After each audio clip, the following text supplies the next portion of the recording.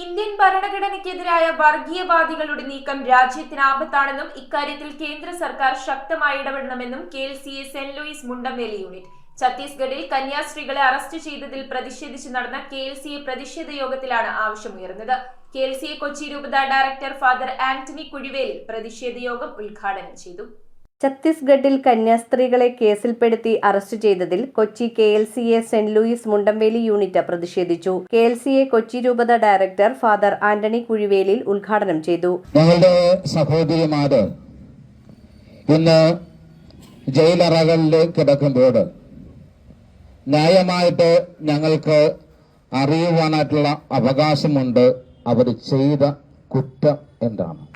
Mundamveli unit president George Penson അധ്യക്ഷത വഹിച്ചു. Father Jithin Palakkathara, father Fabin, unit secretary Prem Jose, Assisi കോൺവെന്റിലെ sister Princy, Shaju Anandasseri, Antony Urmis, Vinu Francis, Philomina Peter, രൂപത ഭാരവാഹി സെബാസ്റ്റ്യൻ KJ എന്നിവർ പ്രസംഗിച്ചു. ഇന്ത്യൻ ഭരണഘടനയ്ക്കെതിരായ വർഗീയവാദികളുടെ നീക്കം രാജ്യത്തിന് തന്നെ വളരെ ആപത്താണെന്നും ഇതിൽ കേന്ദ്ര സർക്കാർ ശക്തമായി ഇടപെടണമെന്നും യോഗം ആവശ്യപ്പെട്ടു. മൗനം ഭജിക്കുന്ന തലതാഴ്ത്തി നിൽക്കുന്ന നിയമവ്യവസ്ഥയോടും ഭരണഘടനയോടും ഒരു ക്രിസ്ത്യാനി എന്ന നിലയിൽ, ഒരു സന്യാസ സമൂഹത്തിൻ്റെ പ്രതിനിധി എന്ന നിലയിൽ എനിക്ക് ചോദിക്കാനുള്ളത്, എന്ത് ദ്രോഹമാണ് അല്ലെങ്കിൽ എന്തു തെറ്റാണ് സന്യാസിനികളും ക്രിസ്ത്യാനികളും നിങ്ങളോട് ചെയ്യുന്നത്?